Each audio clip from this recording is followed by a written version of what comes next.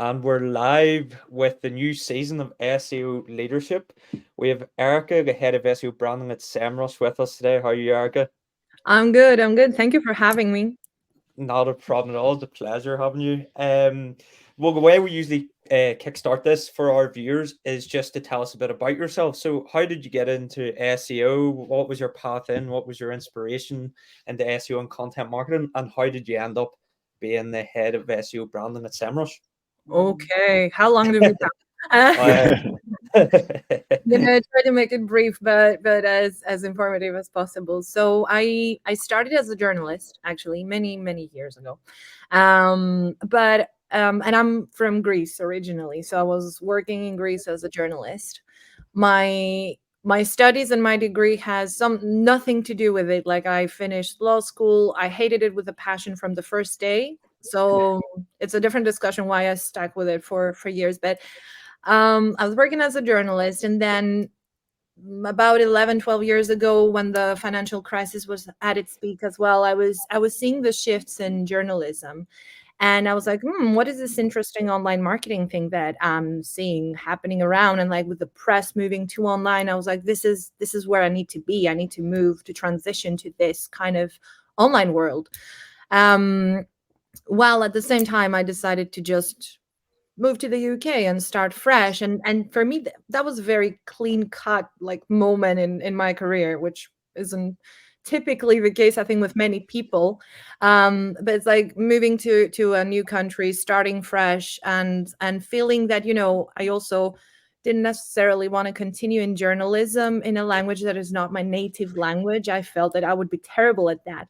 So I started reading a lot in the first couple of months about SEO, online marketing, and applying only for entry level jobs, like, online marketing executive and link building stuff that I'm now, I realize I'm grateful I never got even invited for an interview.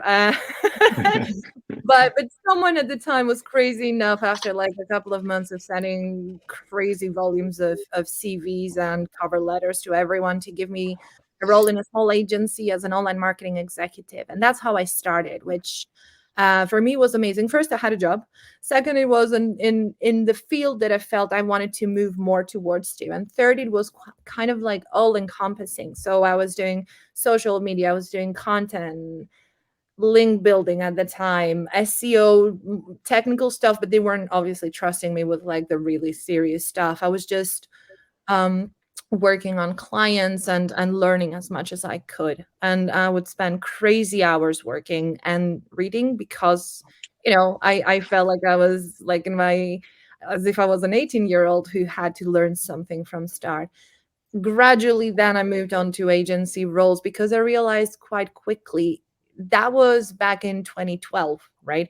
And that was a time when also there started to be a massive shift in Google, and rewarding content, and not rewarding spammy link building tactics, and getting much smarter, the algorithm.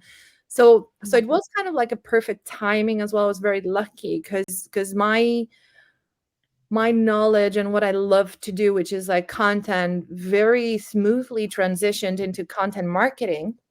Um, and I felt that, content marketing needs to be very closely connected with SEO. So I was still, my next roles were still more content marketing geared, and that was like the SEO content, but also like more creative stuff as well, to earn mentions or links. But I remain very close to the SEO strategy part, because I just found it so fascinating, like, to understand how things work. And that was me for a while. I mainly worked at agencies. So then I got an opportunity to work, small clients, big clients, different industries. I learned tons for a few years, until 4 years ago, Semrush approached me, and they were like, "We're looking for our first global content strategist. Would you be interested?" And I loved Semrush. I was using it as a tool like everywhere I worked. Um, in one agency, I was known as a crazy SEO, like Semrush lady, because I was like, okay, we want to do this. We can do this with Semrush. So I was like, when they approached me, I was like, wow, are you kidding me? And that's how I started. I started as their global content strategist, so building our strategy for growing our visibility, organic visibility through content, and changed a couple of roles. I ended up managing the whole organic search program, so the organic search team, and now head of SEO branding, which is more about how do we communicate um, valuable insights to the community? How do we build connections that are meaningful with the community? And yeah, working on that now. And are you enjoying that part of it? I love it. To be honest, I felt that all these years I was doing the work in the background, but not really. I hadn't really thought of my personal branding, which I know is very popular for a while now. And for Semrush to trust me with this, like to be more out there, to be sharing more data, more insights with people is very close with what I like to do. So the main driver behind me learning was being very curious and being very lucky to find people who were always open and willing to share knowledge with me, right? And their time. And in a way, like I find that extremely rewarding. So yeah, I love this situation I'm in now. Perfect. Perfect. And you mentioned that, I think I was looking on your LinkedIn, you've actually had 5 different roles with Semrush since you've started. We have a lot of candidates who would be sort of quite nervous going for sort of internal promotions, obviously, in case the rest of the team find out that they didn't get it. More worried about that side of things rather than thinking positively. What advice would you give to people going through that situation at the minute? And what sort of measures would you put in place so that if you do get that role, that you can hit the ground running? Okay, I hear two questions here, right? One is like Yeah. advice to people. Is it to people who earn or change roles frequently, or their colleagues who don't, So for example? for someone who is maybe looking at applying for an internal promotion. Um, okay. So my advice there would be that the main work you do it before you apply for that promotion, right? Um, I don't think that's very different to applying internally or externally. Like you're having to provide evidence of why are you the best candidate for this, right? The advantage you have when you do that from the inside is that you're probably given the opportunities earlier on to demonstrate that kind of skill or willingness to take things Mm-hmm. forward, right? So my advice would always be proactive. Before applying, before even there's a role available. And I can tell you like an anecdote. The role I have now was not a role before ever in the company, right? I didn't even know what it meant. Like we sat down and we sort of defined it, right? But it was based on needs from both sides, like what I could see myself progressing to do next and what the company also sees as value. Many times companies create roles because they need to accommodate for their talent, because they see a gap in the market and they can match it to people they Mm-hmm. already have, right? So don't limit yourself to like a structure or a hierarchy you found when you entered a company or a business. um and one thing I've really seen is like, if what you do you're passionate about, right, and you're in an environment that encourages that, is take every opportunity to lead projects, to take ownership, right? Ownership is really important. I don't think demonstrating that you know everything is important, at least not for me. I don't want to speak for every business out there and every hiring manager. Yeah. But for me, demonstrating that you know everything is really not the point that helps me make that decision. The point that really helps manager and people progress is being passionate, having shown really good signs that you take ownership of something and lead it forward, and having the tools to learn and progress, demonstrating some basic skills in being able to manage your time, your resources, and collaborating well with others. Like very few roles exist in isolation in a company, if any, right? So it's Mm-hmm. pretty much also the soft skills alongside the hard skills that you need to have, and then go for it. build a business case. Don't wait for a role to come up to say, oh, I could be good for this. When you do that, make sure you show why. You demonstrate why with results as much as possible, initiatives you led. But even if it isn't, if you feel that something you're passionate about is also a great business opportunity, get in front of the right people and build a case for that. And you'd be surprised sometimes like how quickly things may progress from there. Excellent. That's Excellent. great. Thanks very much. That's brilliant. In terms of moving, when you got approached by Semrush and you were brought into the company, could you highlight a few of the aspects that you really appreciated in terms of their onboarding processes and their company culture that especially, I guess, fostered and nurtured you to where you are today through the different role progressions and stuff? Yeah, for sure. An onboarding process is really important for both sides, right? I think the wrong kind of onboarding can cost a lot in terms of time and motivation for a new person in a business. So the joke I have with anyone like joining and going through our onboarding process is after a week, okay, you're still here, you've survived it, so you're going to do just fine.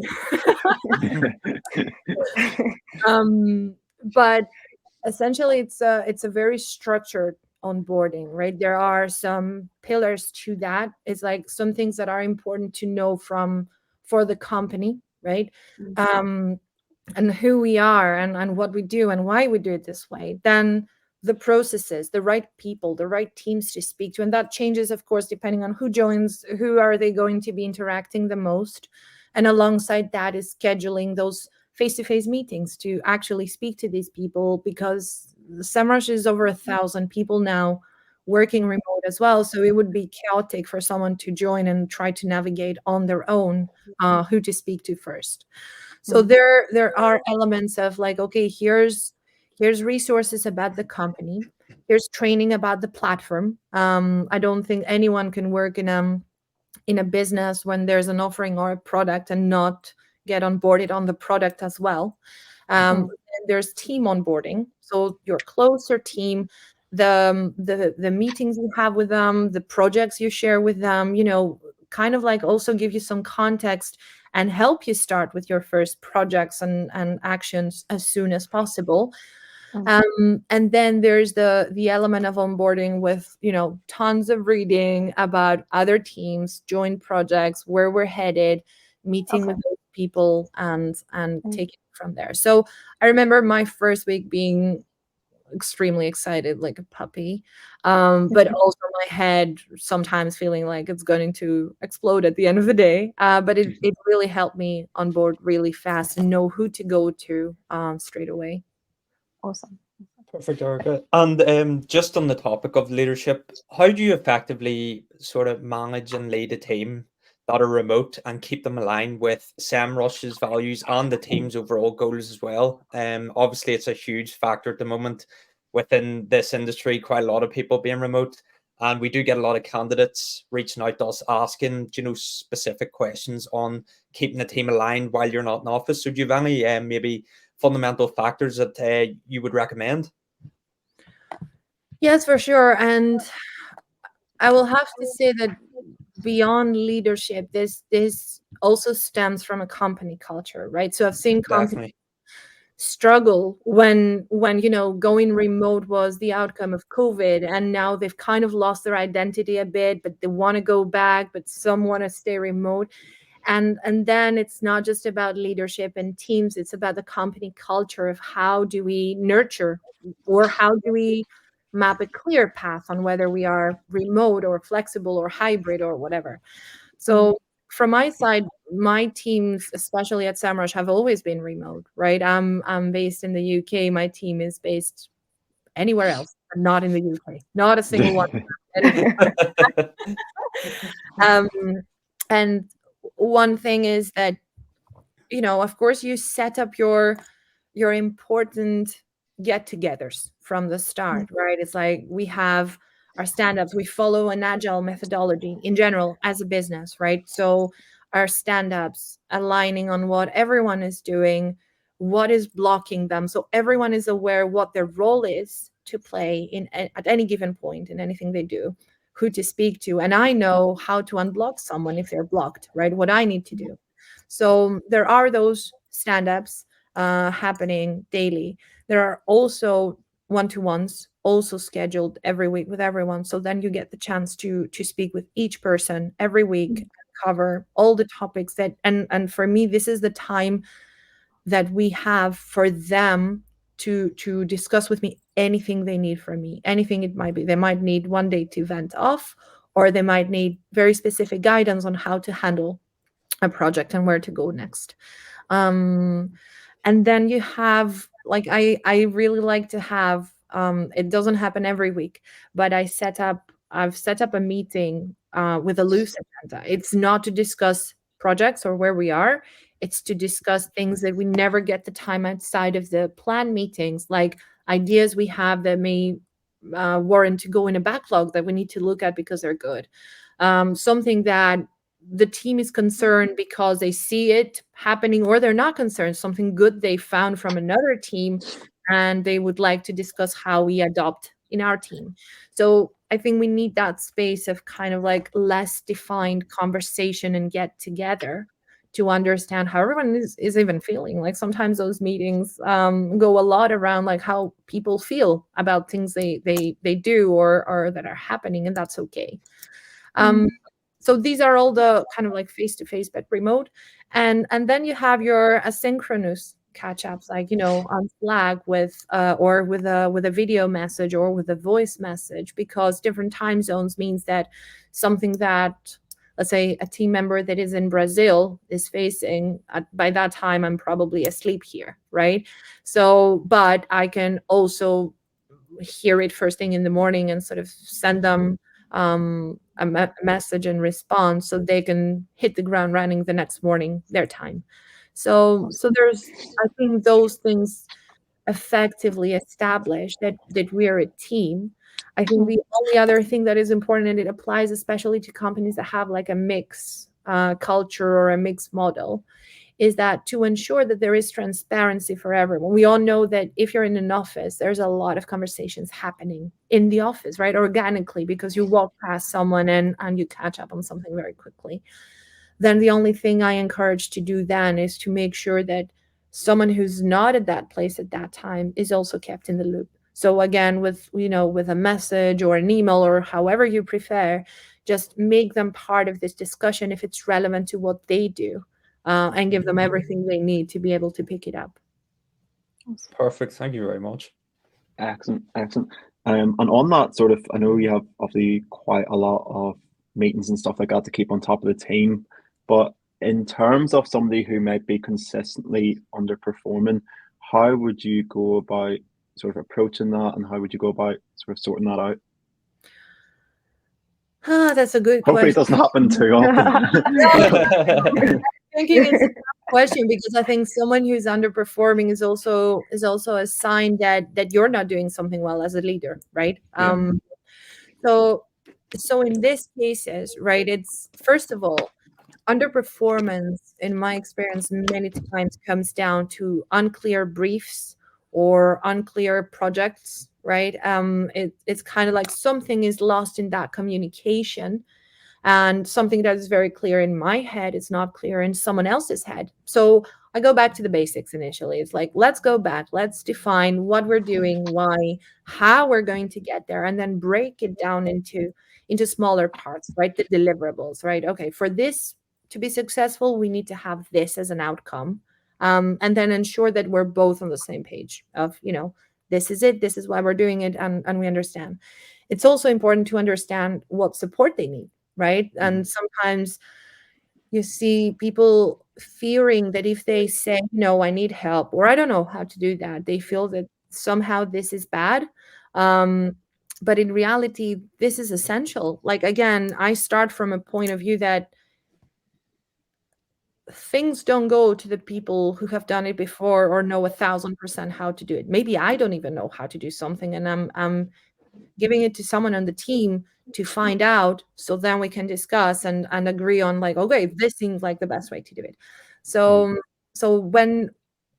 when tackling issues with performance, I would argue that leaders need to be very open and allow their teams the space to feel safe to ask questions or say, I need support, so they find the right kind of support to help them. If things do not change after that, but in my experience, they really do. 9 out of 10 times it's an unclear brief, or someone having misunderstood something. Then and if this is happening consistently over a long period of time, then you go more into building a personalized plan for someone. So I would sit down with that person, understand what their motivations, aspirations are, where they're falling behind or where they feel they need more support, and then set some goals together to achieve them in the coming months, let's say, and clearly map out the things they will work on to get there, because also in busy environments, underperformance may be a sign of overstretching your resource as well, which is something we need to keep in mind. So it is having that very clear plan, that very clear focus, and then giving them all the tools they need to achieve that. And I've seen it work. And I don't want to say I've never seen it not working, but I cannot remember a case where it didn't. So maybe it's always worked. And out of curiosity, you mentioned motivation. It's obviously tough to keep motivated when you're working fully remote. Is there anything particular that fully motivates you? I love what I'm doing. Like I'm I'm not a good person to ask about that. But no, like I don't want to come across like, oh, is everything unicorn land Erika lives in. So for me, what is motivating is always knowing why I do something and believing in that goal, right? Only times I've felt demotivated is when I felt lost. Like, why am I doing all of these things? Or I don't think this is so important, but it's taking a lot of my time, or all of that. So the thing I try to always make sure happens is making sure, I know what I'm doing, but basically why I'm doing it. And if that why gets me invested from the start, in the process, I may feel tired, I may feel frustrated by how things aren't going or not going, but my motivation to get it done is still there. And I think wider for teams, motivation also comes from recognition, right? So you do want people to recognize the work you're doing, to recognize the results it brings, to recognize how much effort goes into it. So that also is important. When you have a colleague saying, wow, I saw this, you did that, even if they're not on your team, like, I will have someone from another team saying, woo, that's so cool, I saw you there. And it makes me feel so nice. It definitely adds to that. Brilliant. Perfect. And Erika, see, being in your leadership position, I suppose you have to have confidence and like a high self-esteem, obviously, to guide the ship, to guide your team. So how do you maintain and combat, I suppose, imposter syndrome, if it ever did affect you or when it affected you? How do you keep that high self-esteem and confidence just to relay through the team, to keep them all reassured, I suppose, that you're on the right path? Imposter syndrome, I think, is a big thing. It is. For sure. I don't know if for me, confidence comes from or portrays, let's say. I don't know. You should ask my team. We'll get them on next week's webinar. I'll give you their check everything. But for me, being confident demonstrates in being confident to admit that I don't know something, or that I trust my team to tell me what is right. Okay, so there's a fine balance between coming across as clueless, and that is not what I'm implying. But I feel like the wrong archetype of confident leader, being the person that knows it all, is not true, right? That is a kind of person that personally would frustrate me as hell if I work with. So I agree. So being understanding where you're going, clearly being able to guide your team and help them, being supportive, right? And then also leaving them space to grow, or being honest enough to say, look, I don't know how to tackle this. I feel you would be a right person to look into it and educate both of us. So then we can, with my experience, your experience, we can sort it out. I think that takes confidence, because it means you're true. You're true to yourself and to your team. And the other thing that gets them, invested in it, I think it is beyond confidence. It's showing that you're confident that they can do it. So that trust element and that gentle push for them to sort of progress and learn and not be afraid to fail while doing this is only leading by example. So they see you being confident enough to go into something you're not 100% sure how to do, and then allowing them the space to do the same themselves, but be there to support while they do it. Thank you very much, Erika. I've got a bit of a two-part question. The first part leans into sort of a common vision, and especially within like a global role, how do you sort of ensure your team, especially that they're not all in the UK, how do you ensure that they are sort of all in alignment with your visions for the team?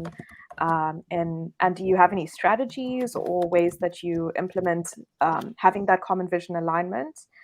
And then lastly, to end off with that, are there any sort of 3 key characteristics that you look for within your team's personalities or traits? Yeah.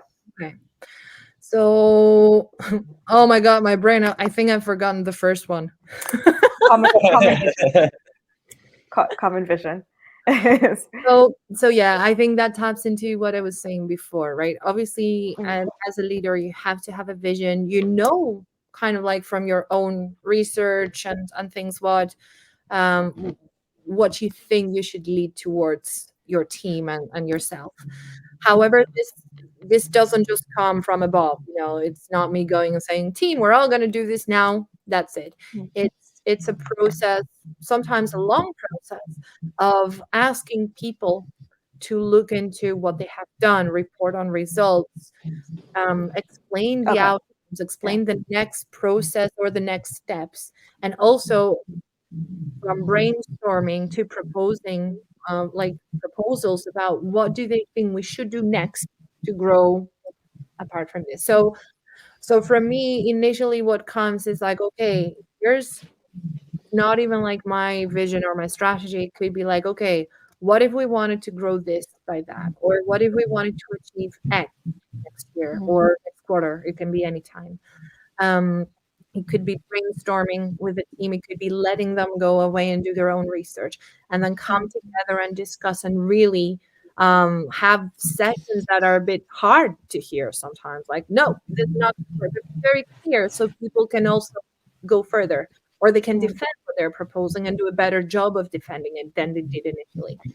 And then it's like assessing all this, coming up with like priorities, because most of the time we have ideas for 3,000 more people to work on, and prioritizing that and tying that into the common goal and vision.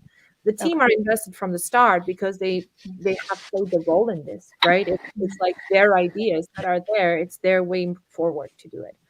In terms of 3 characteristics, so I really love working with people who are curious, who want to learn, who want to explore, who want to try different things. And that is probably the second part. The second part is not just being proactive, being active, right?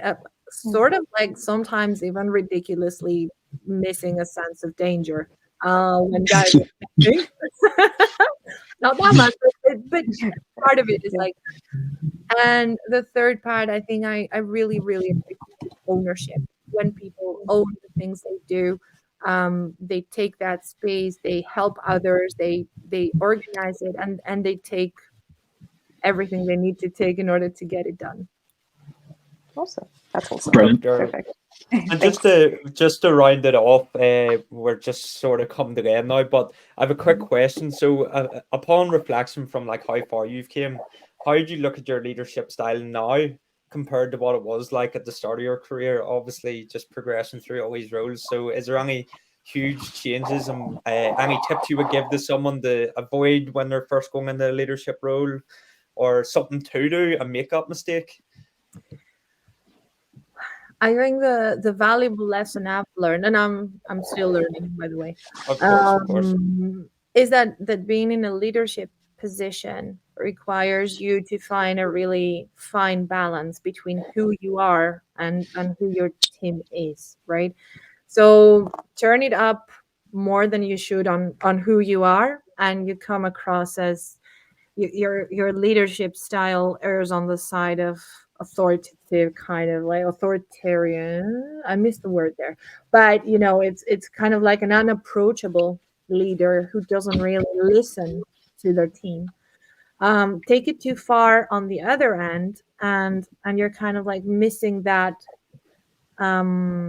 strength your team needs you to have to steer everyone forward, right? So it's something that should be flexible and adapt as you go. Different teams, different people, new people coming in, you need to adapt to their style, but they also need to adapt to your style and the company's style. And it's finding that very fine balance of being able to inspire people, deliver results, but also help them develop, because as a leader, this is also a big part of what you have to do.